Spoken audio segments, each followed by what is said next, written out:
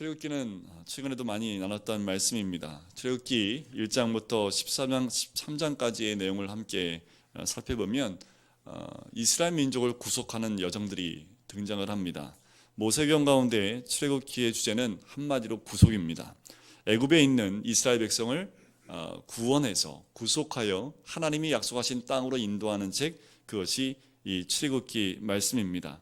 특별히 1장부터 13장까지 나오는 내용은 애굽에 있는 신들을 징계하고 심판하는 그 장면이 나오는 것이 1장부터 13장까지의 내용입니다. 그 가운데 고생하고 있는 이스라엘 민족이 등장하기도 하지요. 10가지 재앙을 통해서 이스라엘 민족을 깨우십니다. 그리고 10가지 재앙을 통해서 이스라엘 민족을 애굽에서부터 나오게 하시지요. 그리고 그들을 애굽에서 나와서 이 광야라는 곳을 통과하여 하나님이 약속하신 그 가나안 땅으로 인도하십니다. 마치 이스라엘 민족을 광야로 인도하시는 그 모든 과정들이 광야 같은 인생을 사는 우리에게 하나님께서 주시는 말씀과도 같습니다. 이스라엘 민족이 진짜 걸었던 그 광야의 삶, 그것은 우리가 광야 같은 인생을 살아갈 때 맞닥뜨리게 되는 모든 환경과도 같다라는 거지요. 이스라엘 민족을 애굽에서 이끌어낼 때에 유월절 어린 양의 피를 통해서 죽음이 건너가게 합니다. 그래서 패스오버라고 하고 그것을 유월절로 이스라엘 민족이 지키고 있지요. 그리고 드디어 13장 후반부에 보면 이스라엘 민족이 구름 기둥과 불 기둥의 인도를 받아서 애굽에서 나오게 됩니다. 그리고 광야를 통과하여 지나가는데 맨 먼저 만나는 사건이 무슨 사건이냐 하면 오늘 본문 말씀에 나오는 홍해 사건입니다. 자, 이 홍해 사건 앞에 이스라엘 민족이 처음 애굽에서 나와서 만나는 사건이지요. 한국의 어느 유명한 회사에서요, 신입사원을 뽑을 때 마지막 10명한테 이런 질문을 했대요. 진퇴양난을 영어로 표현해봐라. 한번 표현해 보시겠어요? 진퇴양난을 영어로 한번 10명 중에 9명은 구구절절 설명을 많이 했대요. 10명 중에 9명은. 근데 딱 한 명은 딱 한마디로 이렇게 한마디 단어를 했대요. 딜레마. 사전을 찾아보면 딜레마라는 뜻이 이렇게 되어 있습니다. 두 가지 다 바람직하지 못한 대안 사이에서 직면하는 선택의 상황. 이러지도 못하고 저러지도 못하는. 그래서 진퇴양난을 한마디로 표현해라. 한 단어로 한 사람만 딜레마라고 표현했다고 합니다. 어쩌면 지금 이스라엘 민족이 이 딜레마에 빠져 있는 상황이지요. 숫곳을 떠난 이스라엘 백성은요, 바로 군대에 이스라엘 백성은 애굽의 군대에 추격을 받게 됩니다. 14장 6절과 7절 말씀에 보면 이 애굽의 병거 600대와 수많은 병거를 갖추고 이스라엘 민족을 쫓아오는 모습이 등장을 하지요. 추격하고 있습니다. 이스라엘 민족은 지금 어디 앞에 있습니까? 홍해 앞에 머물러 있습니다. 이 홍해 앞에 머물러 있는 이곳은 현재 위치로 보자면 수에즈 운하 북서쪽의 한 지점으로 봐요. 지금은 그 운하가 있기 때문에 해수면이 굉장히 낮아졌습니다. 그런데 이것이 있기 전에 이 장소는 어쩌면 사람이 건너갈 수 없을 만큼 굉장히 깊었을 것이다 라고 추측을 합니다. 지금 이스라엘 민족이 이 앞에 머물러 있는 거지요. 앞으로 나갈 수도 없고요, 뒤로 갈 수도 없는 진퇴양난의 딜레마에 빠져 있는 이 상황이 이스라엘 민족이 처해 있는 광야의 첫 번째 상황입니다. 자, 이 부분을 좀 더 자세히 살펴보게 되면 1절과 2절 말씀에 이렇게 나오지요. 여호와께서 모세에게 말씀하십니다. 뭐라고 말씀하시냐면 이스라엘 자손에게 명령하여 돌이켜 바다와 믹돌 사이의 비아히로답 곧 바알스본 맞은편 바닷가에 장막을 치게 하라 라고 이야기합니다. 자, 이스라엘 백성에게 장막을 치게 한 사람이 누굽니까? 누가 이 바닷가에 장막을 치라고 했습니까? 하나님이지요. 하나님의 명령에 따라서 장막을 쳤습니다. 그런데 바로 3절에 바로가 이렇게 얘기하는 장면이 나옵니다. 바로가 이스라엘 자손에게 대하여 말하기를 그들이 그 땅에서 멀리 떠나 광야에 갇힌 바 되었다 하리라. 지금 누구의 말에 의해서 지금 바닷가 앞에서 진을 쳤습니까? 하나님 명령에 따라 순종을 했지요. 그런데 바로가 그들을 보기에는 뭐예요? 지금 바닷가에 나와 있는 그 광야 가운데 나와 있는 그들이 광야의 중간에 갇혀 있는 모양새라라고 바로가 이야기하고 있는 거죠. 분명히 말씀에 순종해 갔는데 바로가 보기에는 어머 쟤네들 광야 갇혀버렸네 이때가 기회라는 생각을 바로가 갖게 된 거지요. 분명히 우리는 하나님의 말씀을 따라 갔습니다. 그런데 세상 사람들이 보기엔 이러지도 못하고 저러지도 못하는 광야에 갇혀있는 그 상황이 지금 이스라엘 민족의 상황이지요. 애굽에서 나와서 이들이 어느 쪽으로 가야 됩니까? 동쪽으로 가야 되죠. 동쪽으로 계속 가서 가나안 땅으로 가야 되는데 지금 이스라엘 민족이 어디로 가냐 하면 애굽에서 나오자마자 남쪽으로 지금 턴을 했습니다. 남쪽으로 계속 내려와요. 남쪽으로 내려오면 어디로 갑니까? 아프리카로 가는 거거든요. 근데 남쪽으로 가다가 동쪽으로 조금씩 이동을 해요. 이동하다 만난 곳이 어디냐면 믹돌이라는 곳에 도착을 해요. 믹돌, 바로 그곳은 망대라는 말인데요. 14장 2절에 보면 나오죠. 믹돌 사이에 비아히롯 압이라고 나옵니다. 그죠? 그 믹돌이라는 것은 본래 뜻이 뭐냐면 망대라는 뜻을 갖고 있습니다. 견고한 망대, 높은 망대, 그 뜻이 믹돌이라는 그 말의 뜻입니다. 그 말은 뭐냐면 애굽 나라 가운데 가장 동쪽에 위치하고 있는 변방에 있다라는 거지요. 그래서 가장 끝에 그 높은 망대를 세워서 적군이 들어오는 것을 보기 위해서 세우는 망대, 그것이 믹돌입니다. 지금 이들은 믹돌 지경까지 내려온 거예요. 그리고 동편의 국경선까지 맞닥뜨리게 된 거죠. 이곳은요, 나일강이 맨 마지막 계곡이라는 곳이 있는 곳입니다. 계곡이에요, 계곡. 자, 이 지점이 어느 지점이냐면 믹돌 사이의 비아히롯 앞, 곧 바알스본 맞은편 바닷가에 장막을 쳤다라고 나오지요. 자, 이곳은 두 지점 사이에 깊이 파여진 계곡 속에 들어가 있는 겁니다. 모양새가 뭐냐면 계곡 안으로 쑥 들어가 있는 겁니다. 계곡 안에 들어가면 이스라엘 민족이 다 진을 칠 수 있을 만한 넓이가 나옵니다. 그 안에 들어가 있는데 중요한 건 뭐냐면 앞에는 홍해가 있고요. 뒤에는 누가 쫓아와요? 애굽으로 돌아가는 길밖에 없습니다. 애굽 군대가 쫓아오면 뒤로도 가지 못해요. 옆은 계곡입니다. 갈 수도 없습니다. 앞으로 전진도 못하고 뒤로 가면 애굽으로 돌아가야 되는 상황, 옆으로도 못 가는 그 상황 가운데 이들이 갇혀있는 형태라는 거지요. 그것은 사실 하나님께서 인도하신 길이었습니다. 순종해서 여기까지 왔지요. 그런데 하나님께서 이스라엘 민족을 지금 어디로 몰아붙인 거예요? 코너로 지금 이스라엘 민족을 데리고 가서 몰아넣으신 거지요. 우리가 말씀에 순종하여 살다가 또한 신앙생활을 열심히 잘하는 가운데에도 이런 코너에 몰리는 경우가 있습니다. 사업을 하다가도요, 정말 신앙생활 열심히 했고 헌금생활도 열심히 했고 주일 성수도 열심히 했어요. 그리고 항상 말씀을 묵상하고 주의 말씀대로 살았는데 사업이 막다른 골목 가운데 막다뜨릴 때가 있습니다. 또한 대인관계도 마찬가지입니다. 사람과의 관계 가운데에도 그렇게 하나님 앞에 신실하게 믿음 생활을 열심히 했는데 사람과의 관계 가운데 코너에 몰리는 경향도 있다라는 거지요. 사람마다 코너에 몰리는 그런 상황들 저마다 다 다르겠지만 각자마다 그 코너에 몰려봤던 경험이 있으실 겁니다. 근데 이거 한 가지는 기억하셨으면 좋겠어요. 하나님을 잘 믿고 하나님의 인도함을 받아서 코너에 몰렸다면 이것을 기대하셔야 됩니다. 하나님이 하시겠구나. 하나님이 역사하시겠구나. 하나님이 어떠한 방법이든 우리를 인도하실 것이 있겠구나. 우리에게 그 비밀이 있겠구나. 라는 기대를 가지시면 됩니다. 근데 참 그런 기대를 갖기가 어렵지요. 이스라엘 민족도 지금 어디에 지금 갇혀 있는 거예요?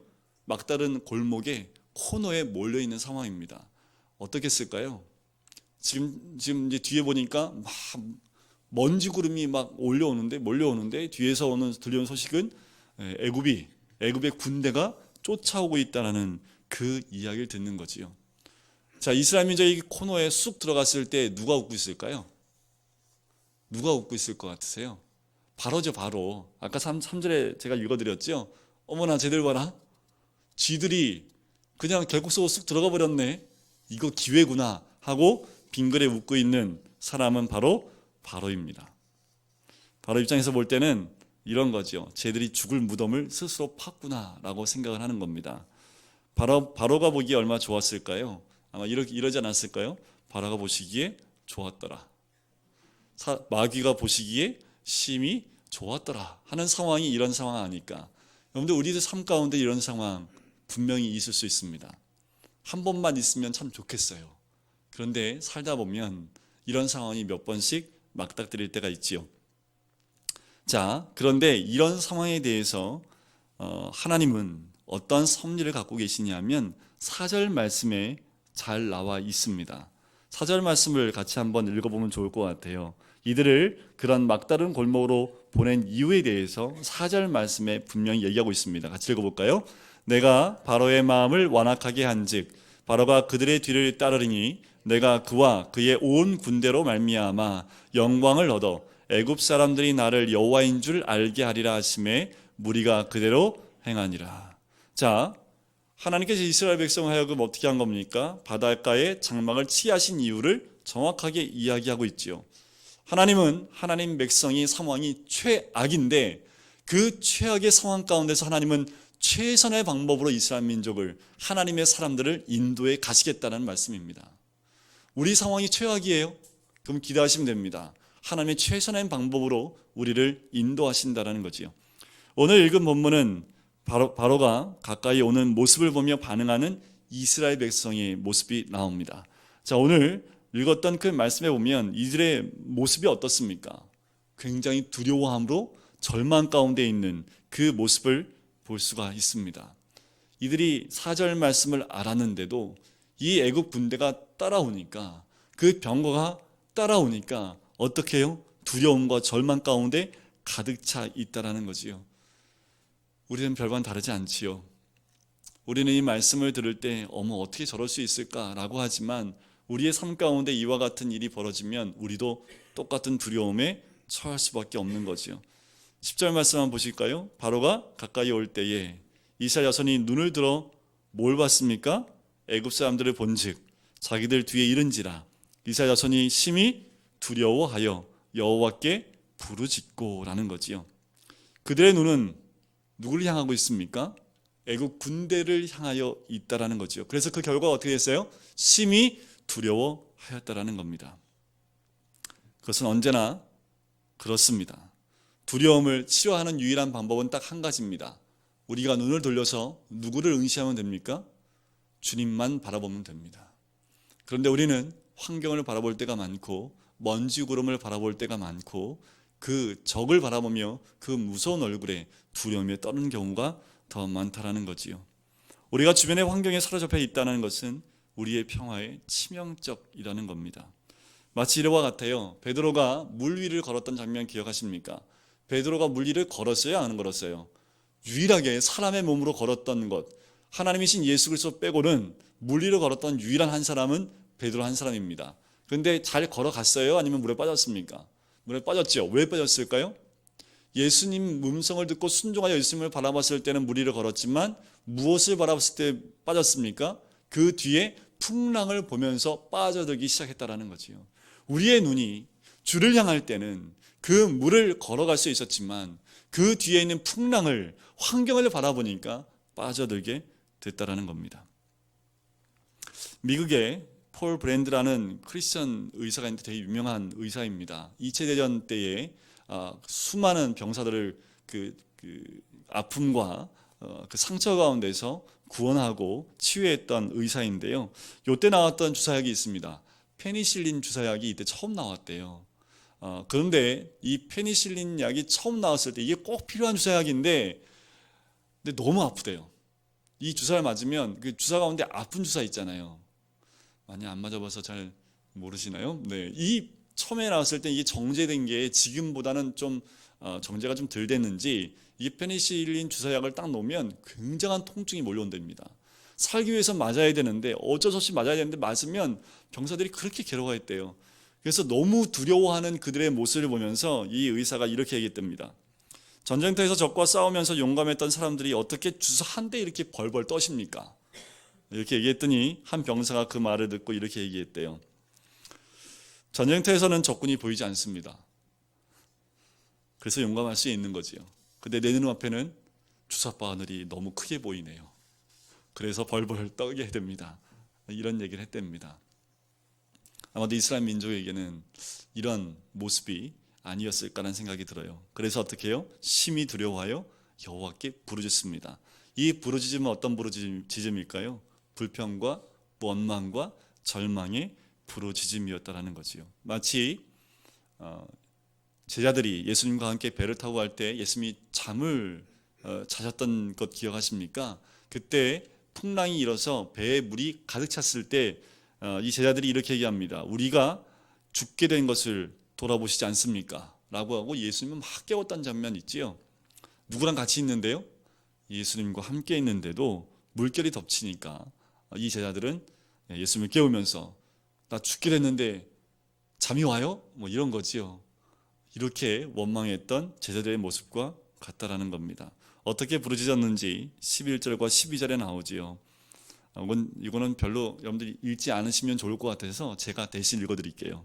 그들이 또 모세에게 이르되 애굽에 매장지가 없어서 당신이 우리를 이끌어내어 이 광야에서 죽게 하느냐? 어찌하여 당신이 우리를 애굽에서 이끌어내어 우리에게 이같이 하느냐?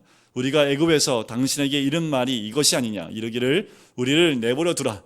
우리가 애굽 사람을 섬길 것이라 하지 아니하더냐? 애굽 사람을 섬기는 것이 광야에서 죽는 것보다 낫겠노라.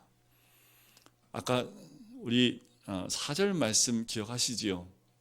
이들의 이 11절과 12절 말씀을 보시면 이스라엘 민족이 생각은 하고 사는지, 그죠?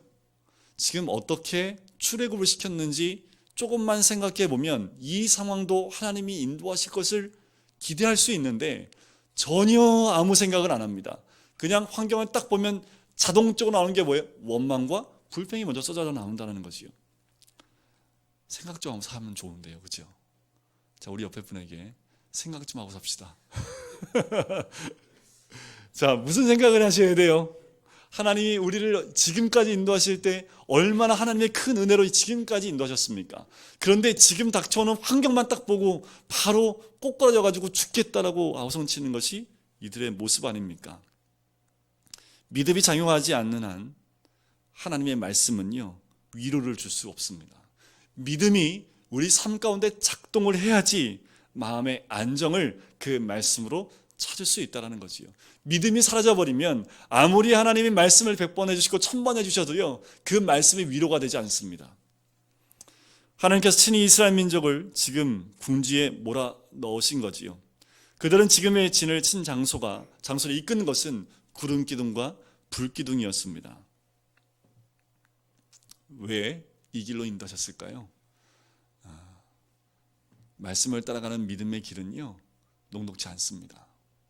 말씀만 따라가는 그 믿음의 길을 따라가면 항상 비단길이 열려 있고 대로가 활짝 열려 있고 늘 편한 길로만 하나님이 인도하시면 좋은데, 또 우리 하나님은 그렇게만 인도하지 않으신다는 거지요.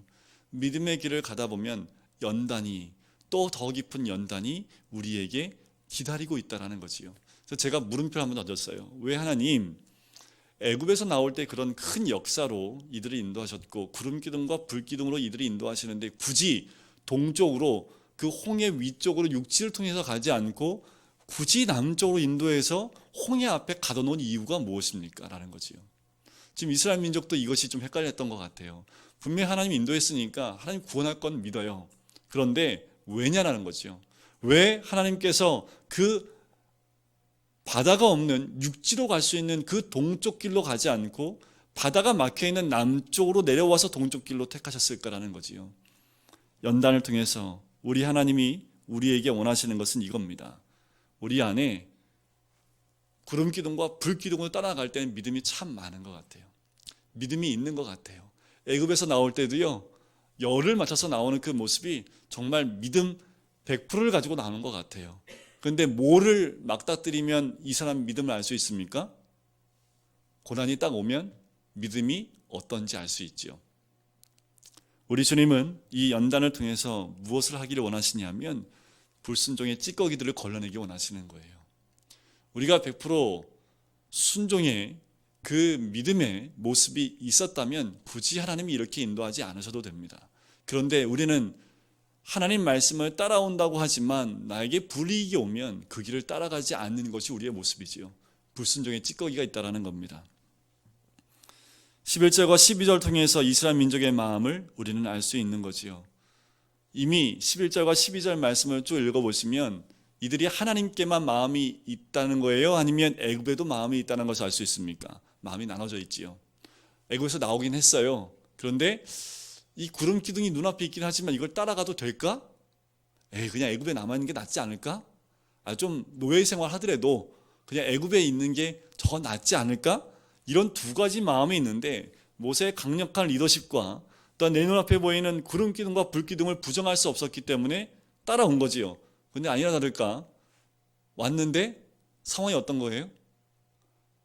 이런 거죠. 목사님 말씀 따라서 열심히 말씀 공부하고 왔는데 왜 이래요, 목사님? 이런 거죠, 그죠? 여태까지 나 그 원한 거 아닌데 목사님 오라고 해서 왔는데 와보니까 왜 이런 거예요, 이거 도대체? 모세한테 이러는 거죠, 지금. 마음이 나눠져 있는 겁니다. 애굽으로 돌아갈 마음이 있었던 거죠. 전심으로 주님을 따라가기에도 힘든 광야인데 이들은 광야를 통과하면서 이미 마음이 두 가지로 나누어져 있다라는 겁니다. 이런 백성들을 바라보며 울부짖고 있는 그 모습을 바라보면서 모세가 몇 마디 이야기를 해줍니다. 이 말씀이 우리의 말씀이 되시기를 주의 이름으로 간절히 축원드립니다. 자, 뭐라고 얘기를 하냐면 13절 말씀인데요. 요거는 같이 읽어야 됩니다. 시작. 모세가 백성에게 이르되 너희는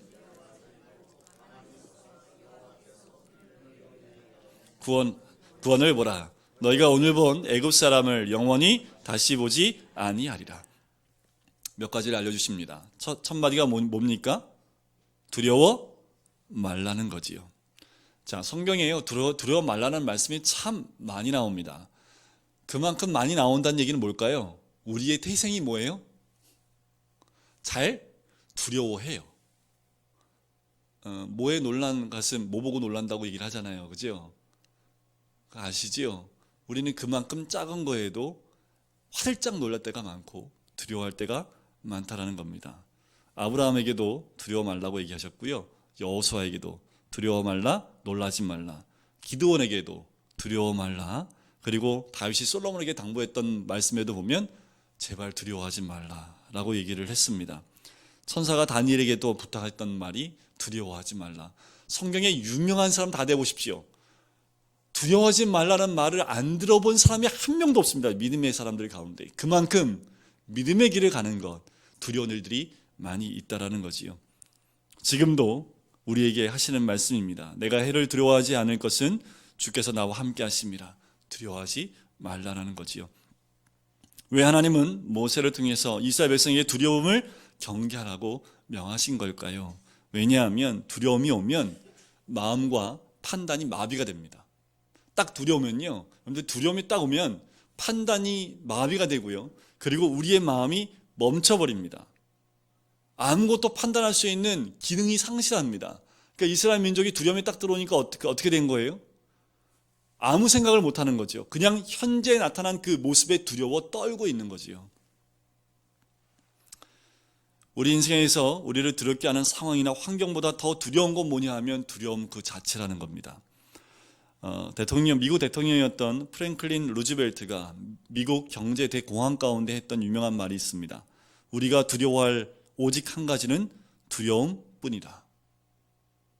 두려움에 떨고 있는 모습이라는 거지요. 두려움에서 온전히 자유로운 인생은 아무도 없습니다. 근데 문제는 과도한 두려움이라는 거지요.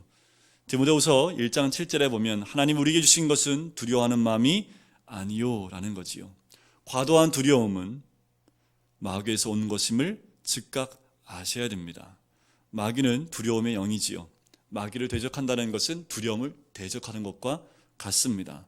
그러면 중요한 것은 이 두려움을 어떻게 극복할 수 있느냐라는 거죠. 그 답을 드려야 되겠죠. 그죠? 그 답을 이사야가 이렇게 얘기합니다.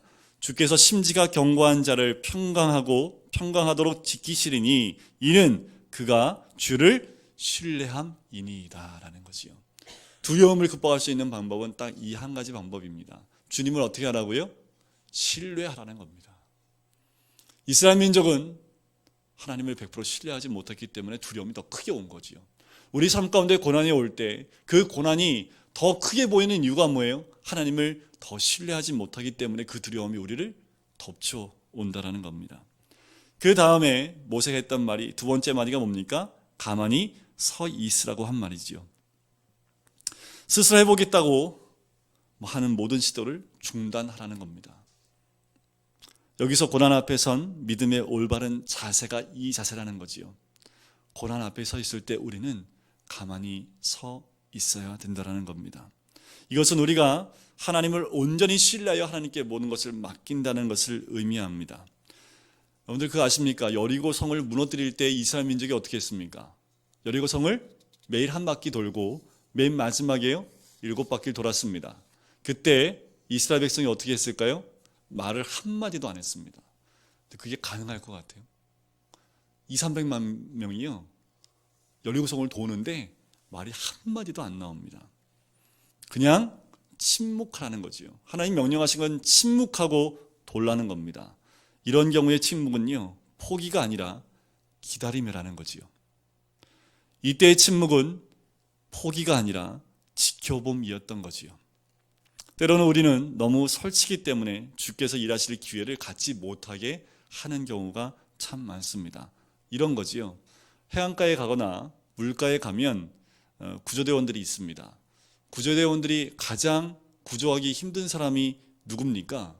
물에 빠졌을 때 몸부림치는 사람. 몸부림칠 때 어떻게 한대요? 안 구해주잖아요. 내버려 둔답니다. 언제 구하러 들어가요? 물속으로 들어갔을 때. 구조대원들이 그렇게 발버둥 칠 때 이렇게 얘기한대요. 힘 빼세요. 맡기세요. 숨을 쉬세요. 이거 딱 3마디 한답니다. 힘 빼세요가 가장 중요한 방법이래요. 힘 빼고 맡기세요. 제발 좀. 자 이제 됐으니까 숨 쉬세요. 이 3마디에 이 물속에 빠진 사람들을 구원할 수 있는 딱 3마디라고 얘기를 합니다. 자, 우리 모세가 왜 이렇게 가만히 서 있으라고 얘기를 할까요? 14절 말씀을 계속 보시면 거기에 뒤에 이렇게 나오지요. 여호와께서 너희를 위하여 싸우시리니 너희는 가만히 있을지니라 라는 거지요. 여러분들 불신앙은요 되려 역경을 만듭니다. 그리고 불신앙은요 먼지를 일으키고요 괜히 분주한 듯 설치고 열매 없는 행위를 하도록 우리를 무익한 곳으로 움직이게 하는 것이 불신앙입니다. 고난이 닥쳐왔을 때 불신앙이 있을 때는요 너무나 두려운 마음에 움직여 다니는 시간을 합니다. 자신의 방법을 다 써본다라는 거지요. 맥킨토시라는 분이 이 부분에 대해서 14절의 이 말씀에 대해서 이렇게 해석을 해요. 그래서 그들을 꿰뚫을 수 있는 역경의 벽으로 에워싸여 인간으로 볼 때에는 떨며 그 무기력함을 한탄할 수밖에 없었다. 그러나 이는 곧 하나님께서 행하실 때였다. 무대 배경으로부터 불신앙이 물러나면 하나님께서 들어오실 수 있고 그의 행하심을 뚜렷이 보기 위해서는 우리는 가만히 서 있어야 한다라고 해석을 했습니다. 옛날 수도사들이 있었던 그 수도원에 가면 이런 말이 있대요. 낮은 기도와 깊은 기도가 있답니다. 자, 낮은 기도와 깊은 기도의 차이를 거울과 창문의 창으로 비유를 한대요. 자, 낮은 단계의 기도는 뭐와 같냐 하면 거울과 같답니다. 거울을 보면 누가 보입니까? 자기 자신만 보이지요. 그래서 낮은 기도는요 늘 자신의 고통, 자신의 소원, 자신의 욕망밖에 보이지 않는다고 합니다. 그런데 깊은 기도는 창문의 창과 같답니다. 창문의 창을 보면 뭐가 보이나요? 창 밖이 보이지요. 이 말은 뭐냐 하면 깊은 기도는 창과 같아서 자기 자신이 보이지 않는답니다. 그 너머에 있는 하나님을 보고 하나님을 찬양하고 하나님의 임재를 기뻐하게 되기 때문에 깊은 기도가 될 수 있다고 합니다. 그래서 이 낮은 기도에서 깊은 기도로 나가는 길을요 잠심의 과정이라는 과정을 뒀대요. 잠심이라는 게 뭐냐면 잠잠한 마음을 갖는 것. 반대가 뭘까요? 분심의 마음이에요. 분심. 나눠진 마음이 분심. 그 말은 뭐냐면 낮은 기도를 할수록 뭐예요? 마음이 나눠져 있는 그 마음이라는 거지요. 분주한 마음으로는 하나님을 볼 수 없다라는 겁니다. 여러분들 집에 가서 거울만 보지 마시고 창밖도 좀 보시고 창밖을 보시면서 우리에게 함께 하시는 하나님을 보시기를 주의 이름으로 축원드립니다. 자, 우리 주님께서 여호와께서 행하시는 구원을 보라고 말씀하시지요. 이 본문의 말씀을 히브리서 11장 29절에 보면 이렇게 얘기합니다. 믿음으로 그들은 홍해를 육지같이 건넜으나 애굽 사람들은 이것을 시험하다가 빠져 죽었으며 라고 나옵니다. 무엇으로 그들은 홍해를 육지같이 건넜습니까? 믿음으로라는 것이요. 믿음으로. 여호와께서 행하시는 구원을 보는 것은 믿음으로 보게 되는 겁니다. 만일 하나님됨을 알려면 믿음으로 가만히 있어야 된다는 거지요. 어떤 분이 이렇게 얘기를 합니다. 내가 모든 길을 환히 볼 수 있을 때 여행을 시작하는 것은 믿음이 요구되지 않으나 첫 걸음도 제대로 볼 수 없을 때 시작하는 것은 곧 믿음이다. 맞지요? 내가 모든 길을 환히 보고 여행을 시작할 때는요, 믿음이 요구되지 않습니다. 그런데 첫 걸음도 제대로 볼 수 없을 때는 믿음이 있어야지 시작을 할 수 있다라는 거지요. 바로 주님이 하시는 그 일을 보는 것은 믿음으로 잠잠히 바라보는 것 외에는 없습니다. 우리가 지금 해야 될 것은 잠잠히 주님이 하시는 것을 바라보고 믿음으로 바라보는 거지요. 상징적으로 보면 이와 같아요. 홍해는요, 죽음과 같습니다. 바다는 이스라엘 민족에게 죽음과 같아요. 그런데 이 홍해는 길을 냈지요. 길을 만들어서 길을 인도하고 길을 만들어줬습니다. 그 말은 뭐냐면 죽음을 상징하는 바다가 애굽 사람들로부터 그들을 이끌어내는 방편이 되었지요. 하지만 원수가 아니라 그 바다는 친구로 변했다라는 겁니다. 홍해 때문에 죽겠네 라는 그 상황 가운데서 결국 그 홍해를 통해서 누구를 수장을 하게 됩니까? 그들의 원수인 애굽 사람들을 수장시키는 친구로 홍해가 바뀌었다라는 거지요. 다시 말씀을 드릴까요? 고난 때문에 힘들어했지만 결국 그 고난을 통해서 하나님 어떻게 해요? 고난이 나의 친구가 될 수 있도록 만들어주셨다라는 겁니다. 고난은 결국 뭡니까? 나의 뭐라고요? 친구라니까요. 친구하고는 친하게 지셔야 됩니다. 제가 전에 사귀었던 교회 담임 목사님을 만났어요. 근데 요새 담석 때문에 좀 힘들어 하신대요. 담석이 뭐 수술할 정도는 아니시래요. 근데 이렇게 아프잖아요. 지근지근 아픈데 이 담임 목사님이 제가 한번 배워야겠다고 했던 게 뭐냐면 매일 아침 일어날 때마다 담석한테 얘기를 한답니다. 담석아 오늘도 나하고 함께 잘 지내보자 하면서 담석하고 매일 얘기를 하신대요. 사모님이 보시고 저 사람은 왜 아침마다 일어나서 중얼중얼 했더니 담석하고 이게 얘기를 하고 있대요. 이름도 좀 비슷하고 담석하고 담임 목사님 이름이 좀 비슷해요. 석자가 들어가서. 근데 담석이하고 나하고 친구니까 잘 지내야 돼. 너 여기 있는 동안은 나하고 친구 돼야 되니까 잘 지내야 돼. 아픈데 아파서 잠을 못 잘 만큼 지근지근 아픈데 오히려 그것 때문에 인상을 쓰는 것이 아니라 담임 목사님이 그거 갖고 이게 칭찬해 주면서 친구처럼 얘기를 한다고 합니다. 그렇다고 안 아프겠어요? 그런데 뭔가 다르지요. 고난을 친구로 삼으면 그 고난을 통해서 역사하시는 하나님의 은혜를 발견하게 됩니다. 그 목사님도 담석이 자기에게 온 이유를 분명히 하나님 깨닫게 하시겠지요. 그 담석을 통해서 하나님 무엇인가 생활 패턴을 바꾸시겠지요. 그렇게 되면 어떻게 해요? 그 담석은 오히려 건강을 위한 하나님의 축복일 수 있는 거지요. 우리 삶에도 이와 같은 홍해가 가로놓여서 앞으로 나가지 못할 수 있습니다. 하지만 이때야말로 하나님의 역사를 기대할 때입니다. 하나님은 죽음의 홍해를 열어 생명의 길로 인도하는 분인 줄 믿습니다. 이제 혹시라도 코너에 몰린 분 계십니까? 그 앞에 그것 때문에 더 앞에 못 나가요. 곧 열릴 겁니다. 믿음으로 하나님이 역사하실 것을 창 너머에 있는 하나님을 바라보는 그 순간 두려움은 없어지고요. 담담히 잠잠히 하나님이 행하시는 것들을 바라보시게 될 줄 믿습니다. 오늘도 그 믿음을 가지고 제발 이스라엘 민족처럼 환경 때문에 원망 불평하며 부르짖는 것이 아니라 모세처럼 당당히 하나님이 행하실 것을 바라보며 믿음으로 나가시는 우리 모든 성도들 되시기를 주의 이름으로 간절히 축원드립니다.